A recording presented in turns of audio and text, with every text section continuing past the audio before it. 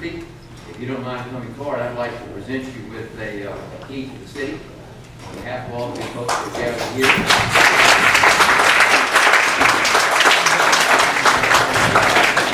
I'll tell you that the key unlocks the part of a great community that appreciates what the circus represents, and appreciates what you have done and performers like you in order to entertain, inspire, encourage, assist children, and from all ages.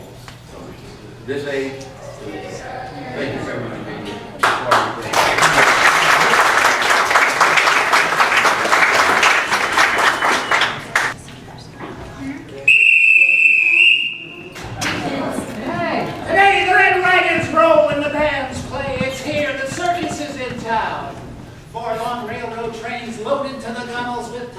Exciting cargo.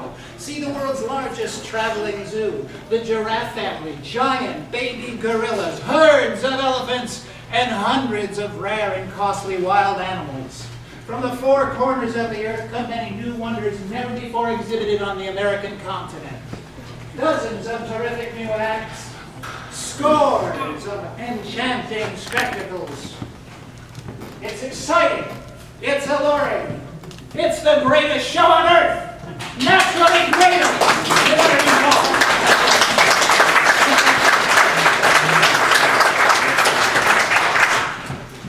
The year is 1928, or perhaps 1935, or 1952. Picture yourself seated in front of a giant Philco radio, mesmerized at the proclamations resonating from the speakers. You're just 7 years old, or maybe 14, or 22, or 65. It doesn't matter. Because the circus and the effect it has on anyone who ever crosses its path is ageless. And the memories it generates last forever. Good evening, ladies and gentlemen, children of all ages.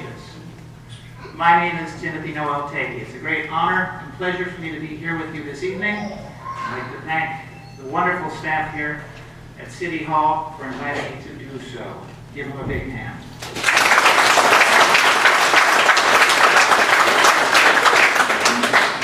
In circus parlance, it looks like we have a straw house.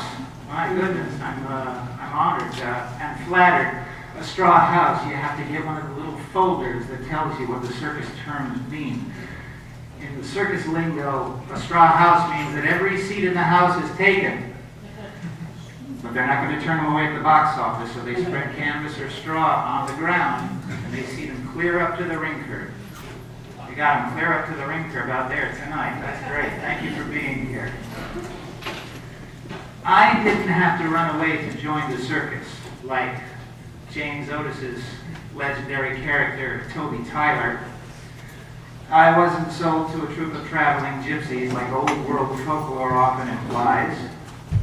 And I wasn't born in the wagon of a traveling show like Cher sang about in 1971. My parents were your average white-collar couple, earning a living in any number of clerical positions in Chicago, where we kept our home. They raised a family, 2 girls and eventually me. My mom had a couple of hobbies. She enjoyed sewing, she enjoyed baking and cooking. My dad kind of had a one-track mind. He was fascinated with this thing called circus. By the time I came into the picture, Erlo's little folly was developing into Erlo's not-so-little disease, which eventually led him to jumping ship from the 9-to-5 world completely, trading in his white collar for a more colorful ruffled collar and conical hat, and turning his hobby into a profession. My father followed his dream. And it wasn't long after that inaugural extravaganza that my mom whipped up a little clown suit for me. My dad painted my face white with subtle little red and black highlights, classic white-faced clown. And at age 3, I made my show business debut in a parade, a little clown pedaling his tail off on a bicycle for 3 miles,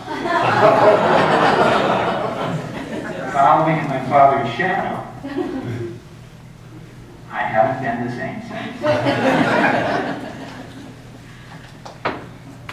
From that moment on, the only thing I could think about was circus. Believe it or not, by the time I was 10 years old, I knew exactly what I was going to do with the rest of my life. The journey began.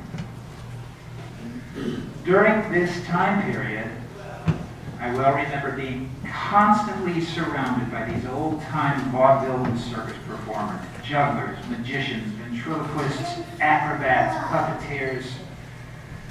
They did tricks back then, routines that now haven't been seen by an audience in decades. I remember when my dad first started the circus, as we got to know it, the TNT Circus, in January of 1964, 51 years ago this month. The entire show was set to live music, but it was a Polish husband and wife couple of accordionists straight out of the old days of vaudeville. You wonder what killed vaudeville? That did it. They were the Balabanos, and every act played to the music of 2 accordions banging out in the background of the acts. Lady of Spain for everybody. And then, of course, they did their vaudeville turn as one of the numbers on the show, and the blow-off, another circus term, that means the end of the act or the trick or whatever. The blow-off to their act was Mrs. Balabano would take 2 folding chairs, put them like this, close together, play Lady of Spain at lightning speeds on the accordion while she would push the chairs out with her feet and do the split. And then bring them back, jump off, and take her bow. That's entertainment. It was marvelous. It was wonderful. You don't see things like that anymore. They're all alive on the inside. Look at the pictures, read the headlines. Oddities, curiosities, strange and unusual creatures gathered from the 4 corners of the earth. You're going to see the sword swallower, the fire eater, Creo, the missing link, Daisy and Violet Hilton, 2 pretty little girls joined together by the backbone. You're going to meet the rubber man, Alice from Alice. She weighs 860 pounds. It takes a boxcar to lug her and 10 men to hug her. Just look at the pictures, read the headlines. That's what you're going to see and hear. We have 2 courteous cashiers to wait on you. Step right up. Don't be shy. It's showtime on the inside.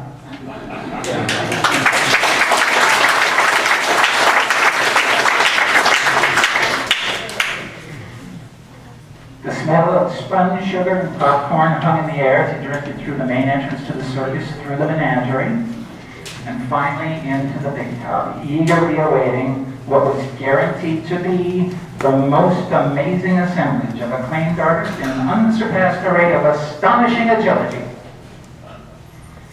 And for the next 2.5 hours, you witnessed a miracle, the incredible, the impossible, the greatest show on earth. All these years later, I have successfully achieved making the circus and show business my own personal Camelot. The past 40-some years have found me performing in some of the world's biggest arenas and big tops. I've worn the face of a clown, the top hat and tails of a ringmaster. I've worn the cloak of an illusionist, even the cape and cowl of Batman on a broken down little circus in Mexico, very briefly.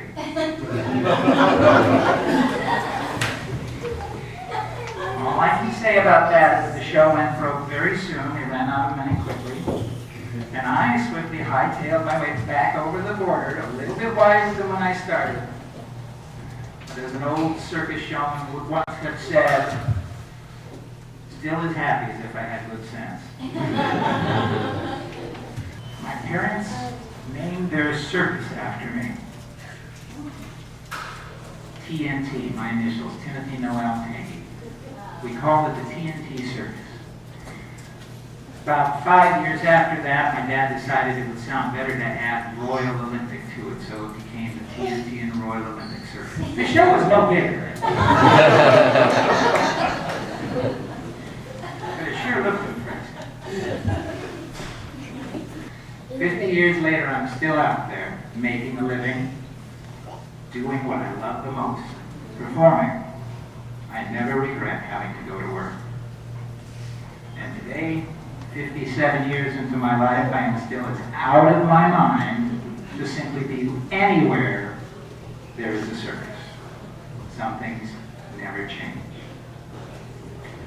When I die, I will go to my grave a showman and a dyed-in-the-wool circus fanatic. Which one takes precedence over the other changes from day to day. In circus heaven, here I rest. A wagon wheel with memory blessed, carefree, wandering many lands, happy children, clowns and bands. Sun-drenched streets with gleaming tents, and the spielers cry, "Ladies and gents!" I never dreamed that there would be the riches that have come to me. Thank you.